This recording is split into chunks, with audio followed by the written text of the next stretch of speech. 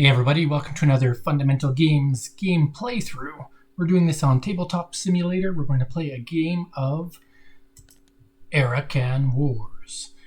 This is a game set in a high fantasy setting with 4 different kind of demo decks available for this TTS, and it's going live on Kickstarter sometime in early June, might be June 8th. Don't quote me on that. And I'm not going to describe how to play, I'm just going to play through. You can see how to play videos on their website, or I did a brief overview on a different video. So here we go. We're going to play with the White Lands against the Merkur deck. White Lands is a blue deck featuring a variety of flying creatures and frost-like spells. And they're going to take the first turn. And then we'll swap over and play the opponent's turn. Now I'm going to play both sides and kind of describe the strategy behind what I'm doing, keeping in mind that normally the hands would be completely private. So start by drawing 7 cards. And I get to pick 2 cards from my hand to put into the green zone as being the first player. I've got a penguin, a yeti, a snow griffin. The points in the top right of the card are the point value at the end of the game. And the purpose of the game is to have the most points on this battlefield at the end of 9 rounds. So these points are very important. And if you play those higher point cards early, it could actually be a detriment to you, even though they are more powerful. So I'm going to go something with a decent defense. We're going to go with a Yeti here. We would flip that over so the opponent wouldn't know what I'm playing down. And then I would have to pick another card to put down. Some cards like spells are one-time use. Other cards, such as creatures, are permanent. And there's a 3rd and 4th type of spell or card that you'll see later on. But we'll just go with... could keep our Yeti safe with a Winter Protect spell. Yeah, let's try that. So we'll put this here to protect this guy. Alright, so then we will switch turns. It'll go to the red player's turn. They are going to draw 7 cards as well. Oopsie. Let's undo that. I made a little mistake there. I didn't switch players properly, so I'm going to take these cards, put them down, and then switch the turn. Alright, so now it's Merkur's province. Draw these cards. So 1, 2, 3, 4, 5, 6, 7. They start with 7 cards. In future turns, they're going to draw 2 cards a turn, but for now, this is all they get. I'm going to play with the same viewpoint for both sides, even though normally you'd be across the table from one another. So what does red want to do? Not knowing what blue has, they've got one of their 10-point cards as well, the Abominable Hydra with Omni Strike, really good ability.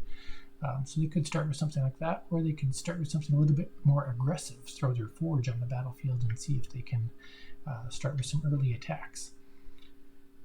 Omni Strike is good if you've got multiple creatures kind of around you, but in this case Omni Strike doesn't help much.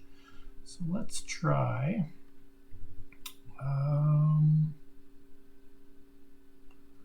all adjacent allied creatures lose their attributes. We could throw a Forge out and pump up this Plague Collector, but then he'd be stuck in place. We could protect the Forge. Nasty Roach. Let's just try something simple. Let's try a Swamp Troll, and we'll say that we want to... Now red's going to play second, and this guy doesn't have initiative, so I might play something that has a higher defense instead. So let's play that. And enemy creatures lose their attributes. That's not so bad. Let's try that, and...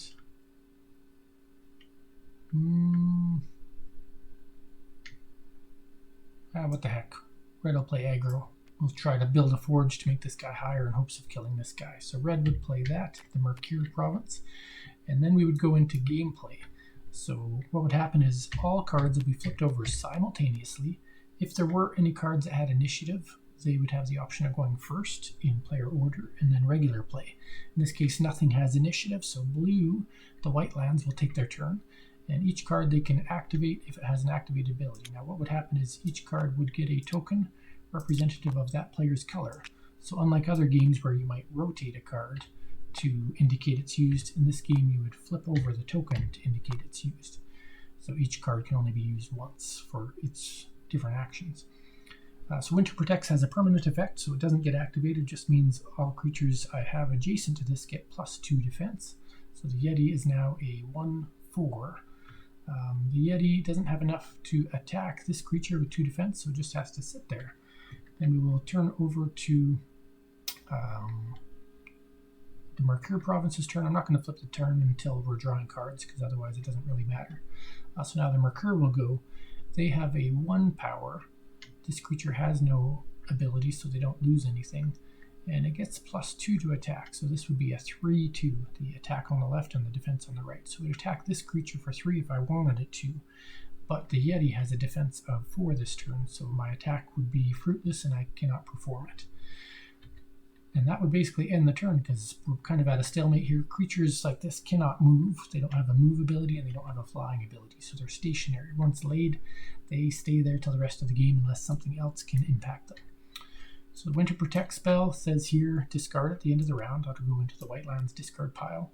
These 2 cards stay put. If the cards were used, the token would flip back over to the active side. And then the turn would end. We would put up the round token, and we would switch so that the player who didn't go first this turn would go first on round 2.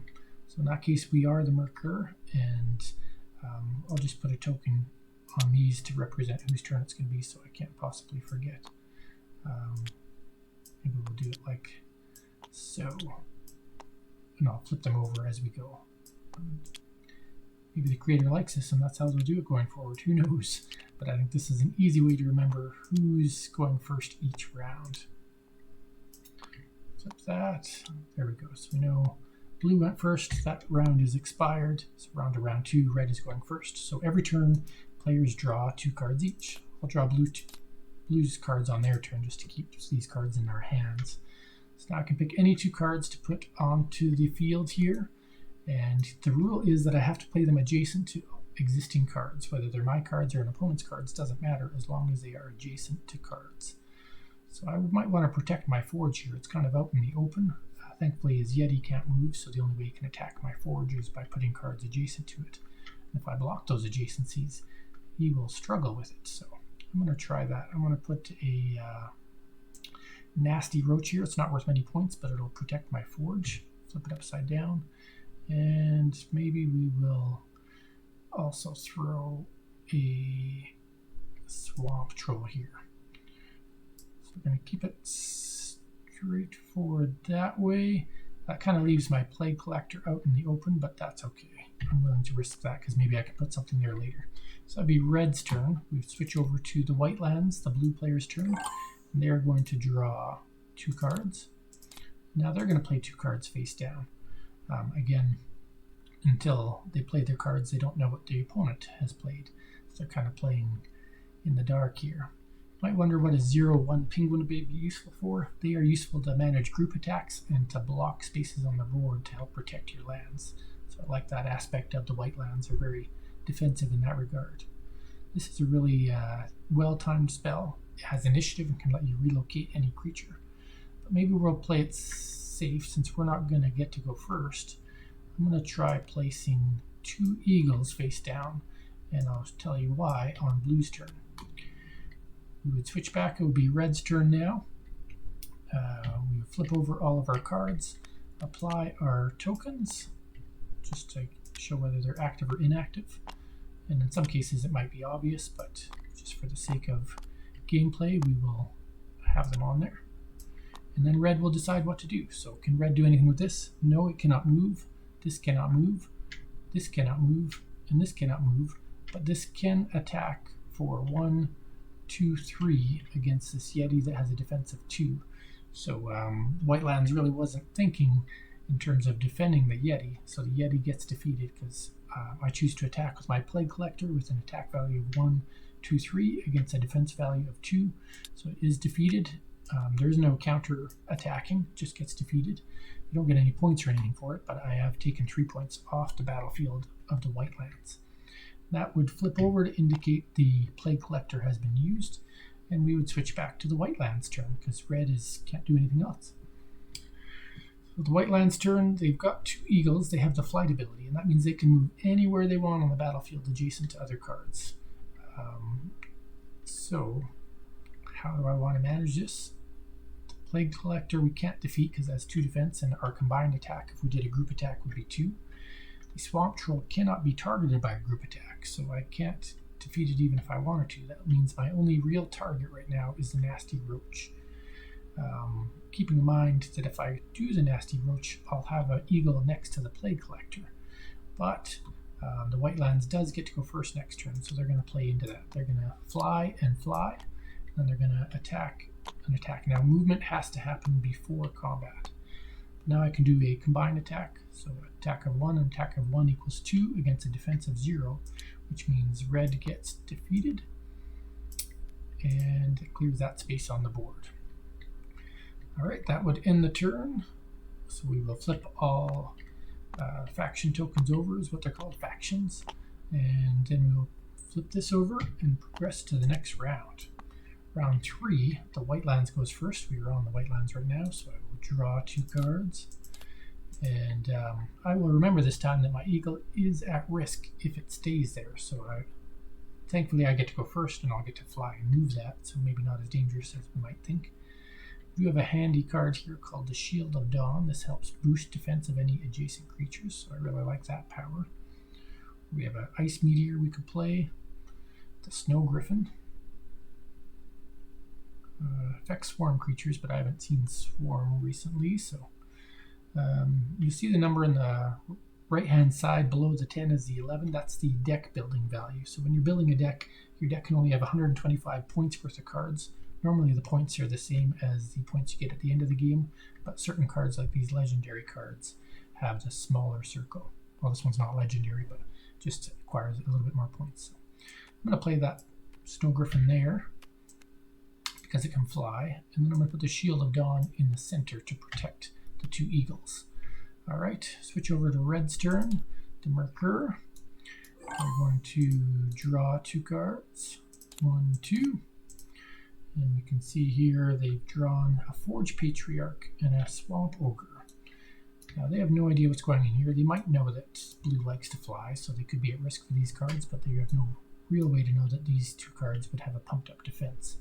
So I might play on the basis that I want to attack these 2 eagles. Now I do have this amazing Forge here, which the White Lands underestimated, and I'm going to put that to my advantage using a card that has initiative. So this Berserker here has initiative, which means they're going to get to strike first.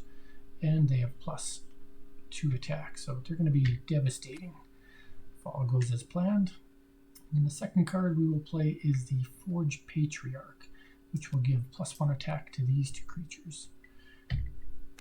Alright, then we'll go back to the White Lands turn, in which case we would flip over all cards, apply tokens to them.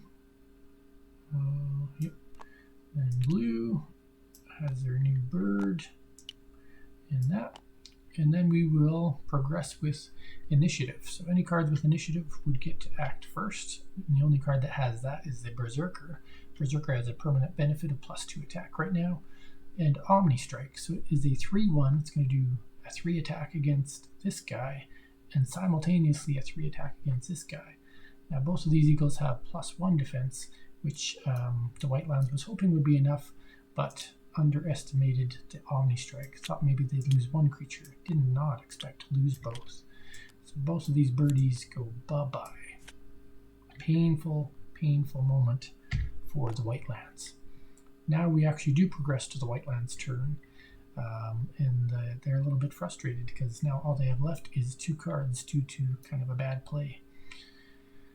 The bird can attack for 2, but if I put it here and kill this, I know my opponent's going to take advantage of that Forge again, so playing anything adjacent to that Forge may not be such a good maneuver.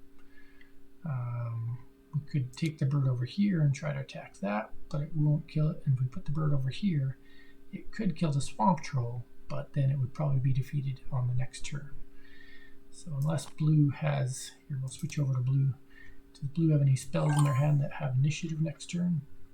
teleportation. So yeah, they're going to play going with the effort of having teleportation on the next turn. Let's play with that.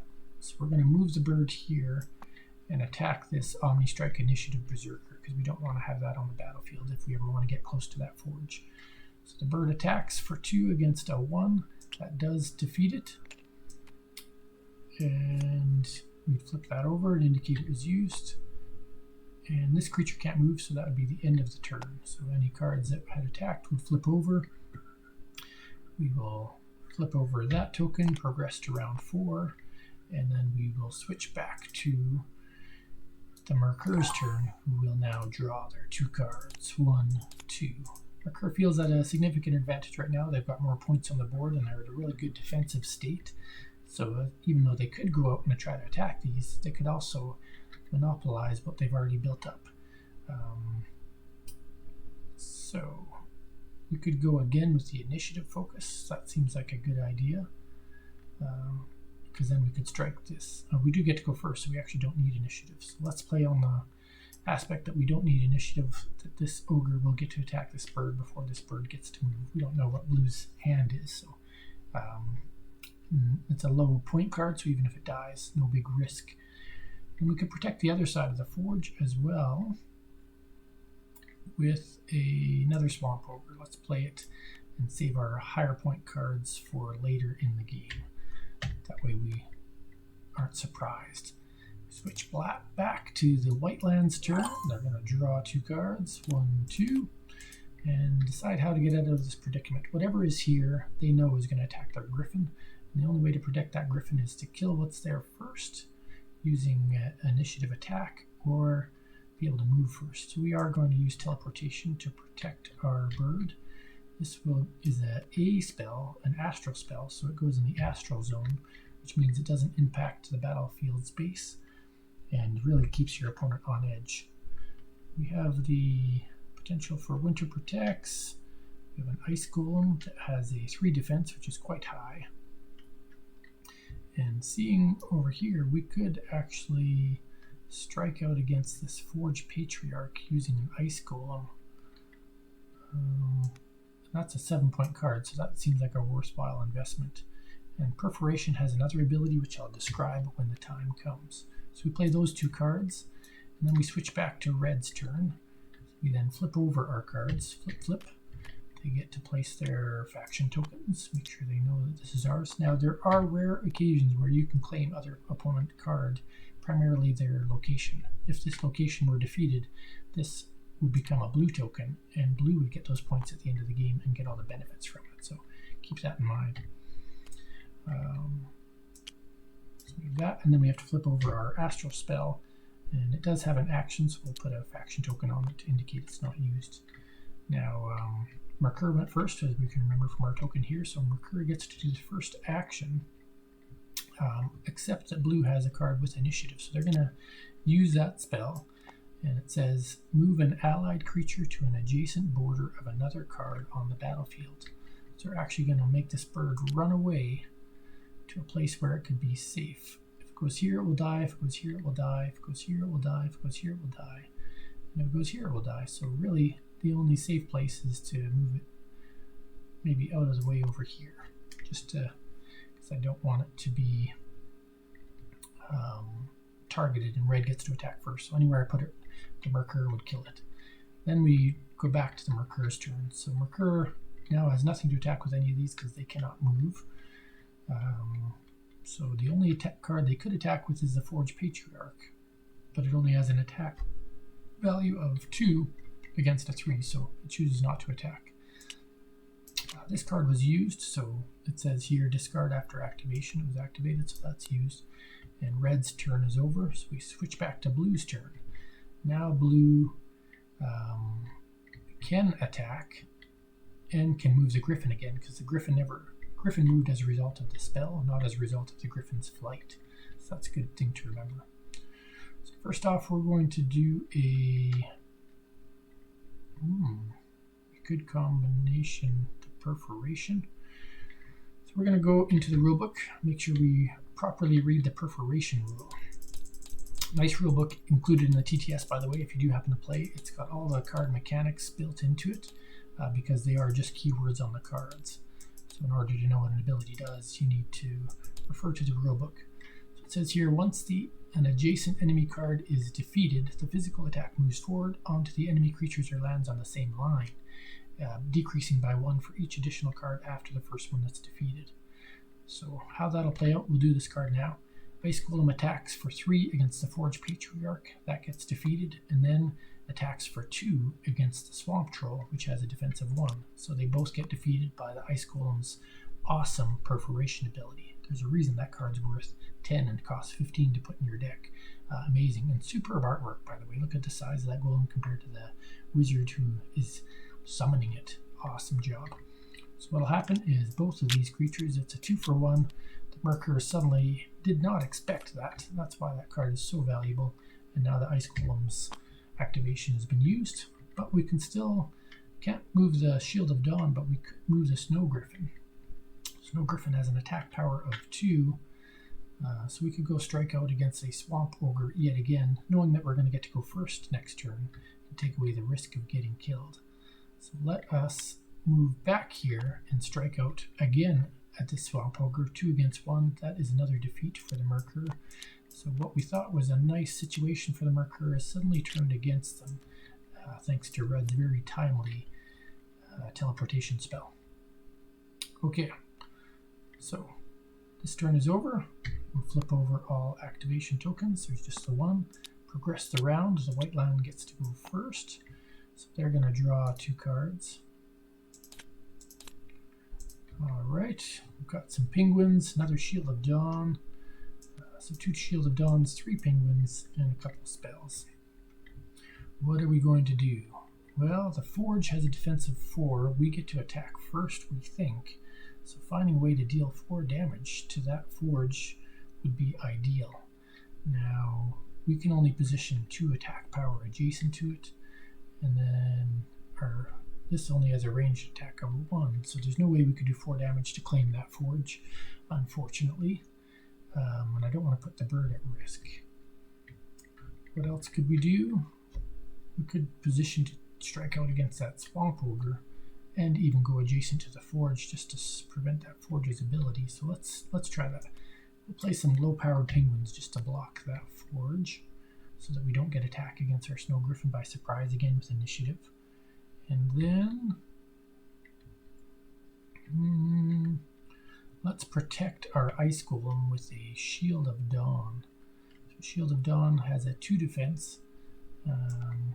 I'll position it here, so that way it might encourage. Oh, we don't want to lose that ability. Let's put this here.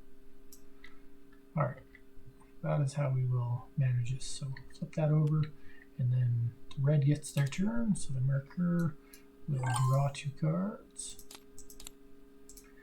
And we'll see what we got here. Some more Ogres, Slayer with Omni Strike. We do have a Berserker with initiative, but the initiative attack is only 1. And due to Blue's more strategic playing this time, we can't take advantage of that very well. So what are we going to do? We've got the Omni Strike Hydra. If we put it here, it could attack whatever's here and here, but it doesn't get to attack first and only has 2 defense. So that puts it in danger.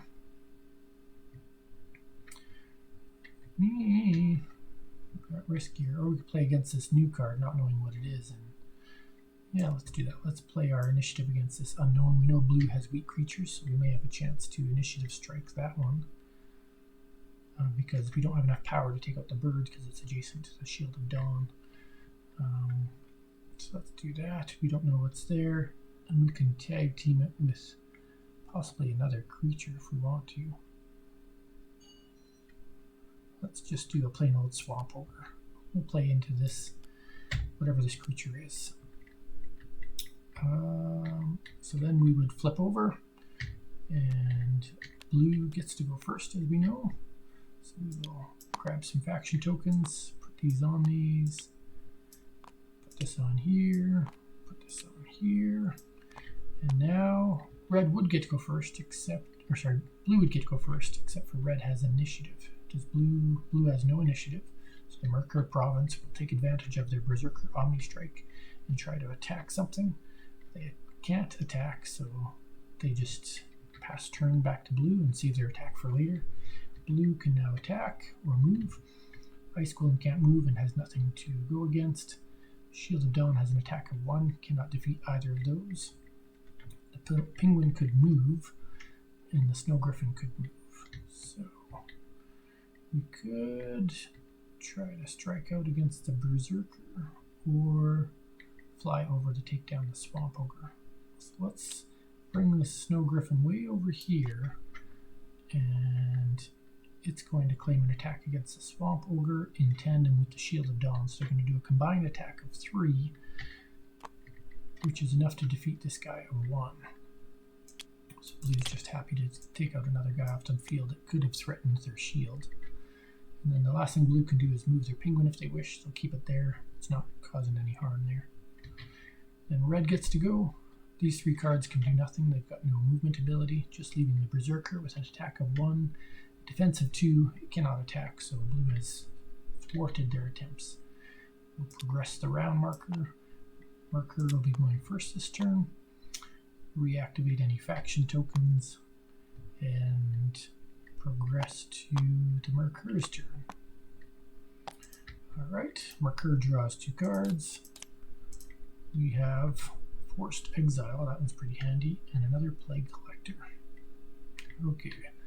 And we do have a card with initiative, but we get to go first anyway. What do we want to do? We could try to take out this Snow Griffin while it's all by itself and hope our opponent has no spells to interact with it. So let's try that.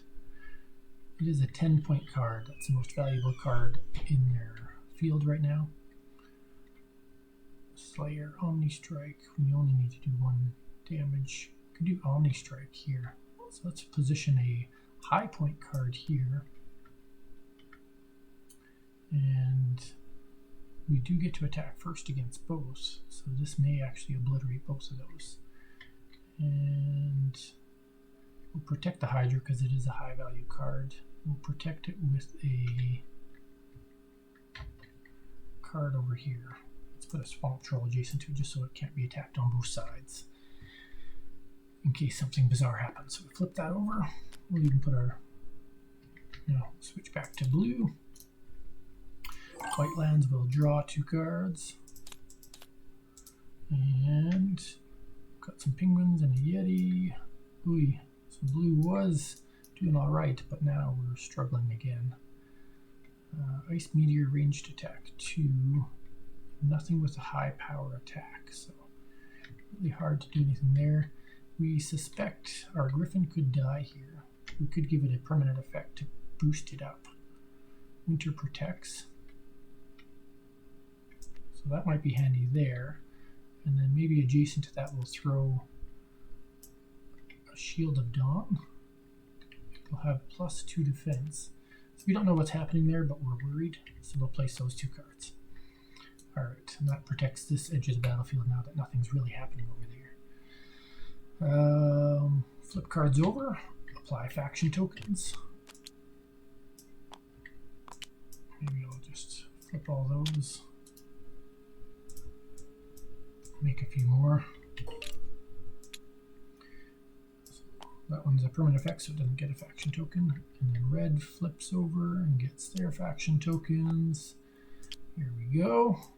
Now, first off, red would go if blue doesn't have initiative. Blue does not have initiative, so even though red has initiative, initiative doesn't matter this turn.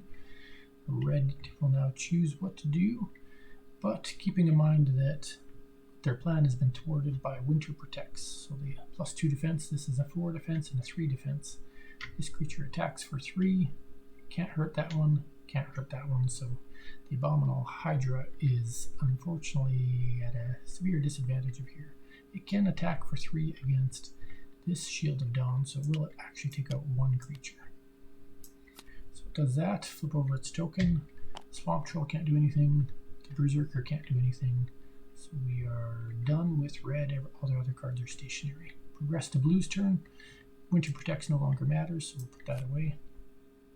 decide what to do. There's a 10-point card on the table that has a defense of 2, so where the cards are now actually make a lot of sense. Ice Golem is trapped, can't do anything, and the penguin could move, but it's been doing fine where it is. So we'll just go forth with the attack as is. 1, 2, 3 against this 2 defense. Take out this powerful Hydra before it becomes a problem.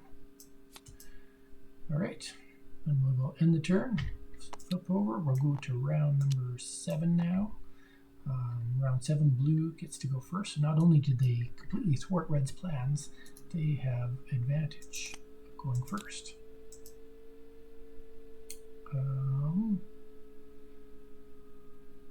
So, wow, we got our second Snow Griffin. That's fantastic. And an Ice Paladin. Ice Paladin's kind of a vanilla, doesn't do anything, but 2/2 is still decent. Another penguin, and a well-placed meteor could cause some problems. Do we want to try to take out this forge? Yes, let's plan to take on the forge. That would be a huge perk. So we will plant this meteor here. We're going to leave the penguin there because we can't move it, but we're also going to plant our Snow Griffin over here.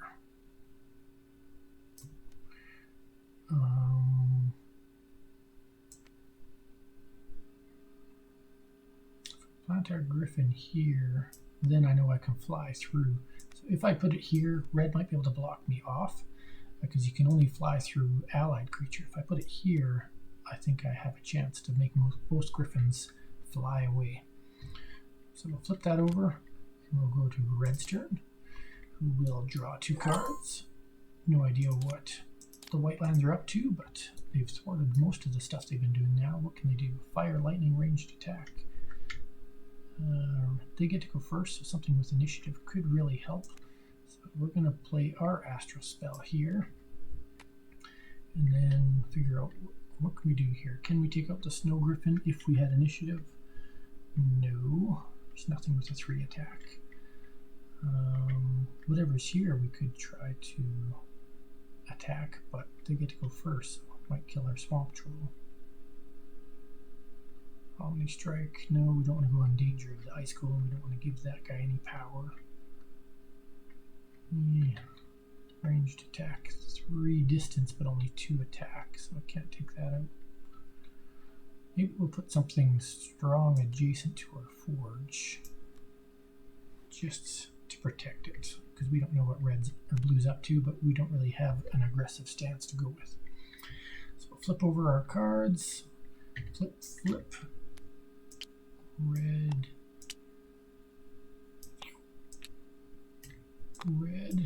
and then blue, flip, and blue gets to go first. So blue, now does red have any initiative? Red has an initiative spell here, and they can choose to use it if they wish before these birds come into play. It says move an enemy creature to an adjacent border of another card on the battlefield. So they could move any card. Oh, sorry, this Ice Meteor is gone. Oh no, that's the card they played. Oops. Ice Meteor is still there. But they can move an enemy creature. So cannot move a spell, can only move a creature next to any other card on the battlefield. I could put a card adjacent to Slayer, but most of their cards can fly. But you know what? We're going to move their Shield of Dawn here. If we move their Shield of Dawn, it can't fly away, and guaranteed one of these creatures can at least kill that Shield of Dawn. Or we could move the Ice Golem. Let's try that. Yeah, one of these creatures should be able to kill the Ice Golem thanks to the forge.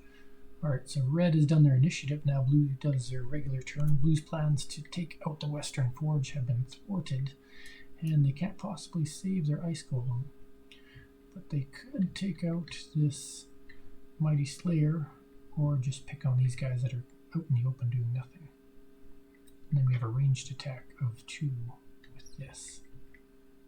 So how can we best take advantage? So range attack of 2 could go here or could attack here, here, here. So it can go up to 2 squares away in any direction. So really the only thing I can attack is this and this with the ice meteor. So if I can attack with 2, there's no way I can get that forge because I have to do 5 damage, and the most I can do to it is 4. So I guess we're going to be using the 2 to attack this, which means we need something else to pump it up. So let's move the Snow Griffin there. And then between this and this, they will attack to do 4 damage to this Plague Collector. We lose attributes, but we don't need a ranged attack to attack anyway, so we will kill that, flip over this token. The spell has now been used, and then we'll progress to the rest of Blue's turn. They still have this Griffin that they could fly, but it only has an attack power of 2. It could take out the Swamp Troll it's adjacent to, or the Berserker with Omni Strike. Let's take out the Swamp Troll. It has a higher attack value and has a group attack ability. So we'll kill the Swamp Troll. That Snow Griffin has been used. The only other thing I could do is move my Penguin if I wanted to. I don't want to. And oh, and this guy can attack. So we can attack for 3 against either Slayer or Swamp Ogre. Slayer seems to be the more legitimate pick there. So Slayer goes bye-bye, and then Red gets to go. So Red will definitely take advantage of their pumped up Swamp Ogre using the Western Forge, 4 attack against 3. Blue could not stop that, so the Ice Golem is gone. And then that gets factions used. The only other card is a Berserker, which can't attack anything, so the turn comes to an end. Faction tokens flip over. Flip over. The round progresses forward. Flip that over. Round 8, Red gets to go first. That spell's been used. Red does not have many points on the battlefield, and there's 2 Snow Griffins. Now Red is hoping that maybe they'll finally get to take advantage of going first without initiative getting in the way. Draw 2 cards, and really their single goal is, let's take out these birds because there were so many points. Almost don't care about the forge right now. We can deactivate enemy creatures. That might be handy. That means they can't fly or move or attack. And then we could strike in with an Omni Strike creature. Firestorm, Swamp Troll. Basically, we're only going to get to kill 1 bird. So let's play this Fire Lightning ranged attack of 2. No. We could play the Fear here to trap both of those. And then we'll play a Slayer here just in case we get to use its ability in the future. So that'll be Red's turn. Switch to Blue. Blue wants to protect its Griffins, but we get 2 more cards, so we're not worried. We've got Gabriel, another 10-point card, 3/2 with initiative. That is powerful. And a Blizzard. All enemy creatures lose their attributes and skills, so it can take away things like initiative or Omni Strike. Gabriel could probably land a nice blow somewhere. Gabriel is a 3/2. Or we could just go for the Forge and get some. Yeah, let's ignore what's happening here. The bird doesn't matter too much. Red gets to go first. The bird matters, but taking over that Forge would be even better. So let's do it. Let's give them Red's victory, and we're going to take on the Forge. So we're back to Red's turn. We'll flip over. Apply our tokens. Blue's going for the location. Red probably misplayed by not protecting it, hoping to take out Blue's points instead of protecting their own. So first off, we look for cards with initiative. This one has it, but can't do anything. This one has it, so Blue chooses not to use it because they want to combine their attack with the Ice Paladin. So really no initiative, but the Fear. So if Red goes first, the Fear's effect is immediate, deactivates that and that.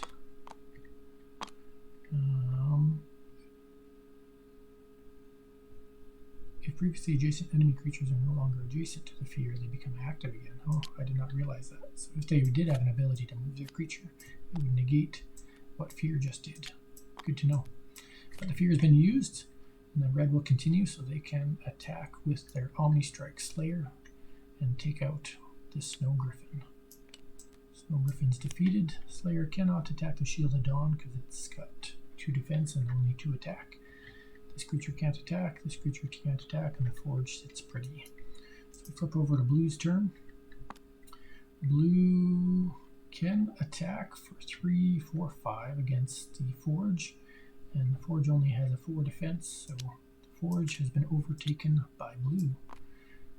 Congratulations, White lands. And then we still have a little thing called the Snow Griffin, who has an attack value of 2. And now that that Western Forge is under our control, let's just fly over here and do 2 damage to this Swamp Ogre. Swamp Ogre is defeated. And the only other thing I could move is the Penguin. We'll leave the Penguin where it is. I don't want to unprotect my newly acquired Forge. Let's just take a quick look at and read about locations. Do I get the points for it or just the ability of it? That's what I want to know at the end of the game. So lands characteristics. When they're defeated, they're not destroyed but conquered. Yeah, and anything with my faction token on it is my points at the end of the game. So blue is really taking a stab at red. That's the end of the turn. We'll flip over all faction tokens. Now the last player to play first is blue. So blue will draw 2 cards. They're feeling real good about this game now. We have our Paladin of the Guard and our Fortress of Mahir. Might as well play our 2 highest value cards at the end of this game. I mean, that makes sense. So I'm going to play a Fortress here. Not really worried about the shield dude. The only other character I might worry about is my Snow Griffin. So let's plant this here. It's got an initiative.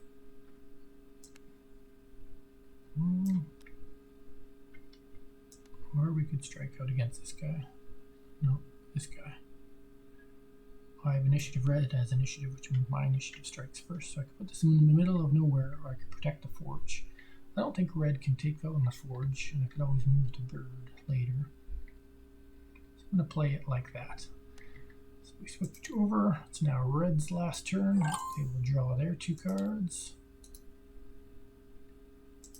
Alright. So they've got their Child Eater, which is a 10-point card with a 4 attack. That is one of their most powerful cards. You can see it is legendary with the eye on the top left and worth 15 points in their deck. So that is red's most powerful card, the Mighty Merkur. And it could kill itself, so its placement is pretty critical. And then a Forge Patriarch. So how can we manage this? We do not know what this card is. We can assume, based on everything we've seen in the game, that either this or this is blue's land card, because it would be silly for the white lands not to play their land card at the end of the game when it's worth so many points. So using deductive reasoning, where would it make more sense to play their land? Probably adjacent to their creatures. So the Child Eater has to think, could it defeat a land? A land has a 4 defense in every deck. Or it could try to take back its own land. But then the positioning of a Patriarch. I don't think red has a chance to win here. But the Child Eater could go here and take out these 2 10-point cards. That might be its best bet. Because if it goes here, it only has a 2 defense. That means it's going to get attacked by those 2. Unless we have something to lower their attack. No, that does not. No. So our Child Eater would be killed by blue before it got the chance to attack. So it has to go in a more defensive position. Keeping in mind there is a Snow Griffin there. Gabriel's got a huge attack now. It's got 5, and this guy's got 4, so stay away from there.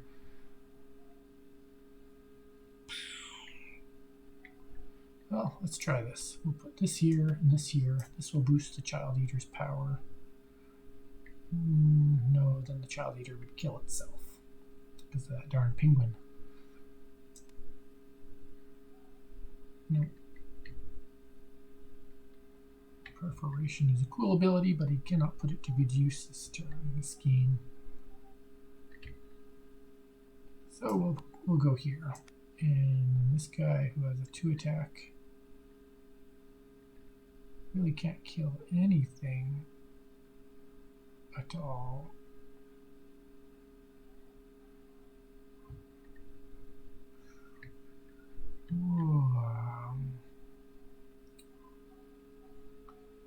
We'll put it here. At least we'll get rid of a Shield of Dawn. I think that's about all we can do.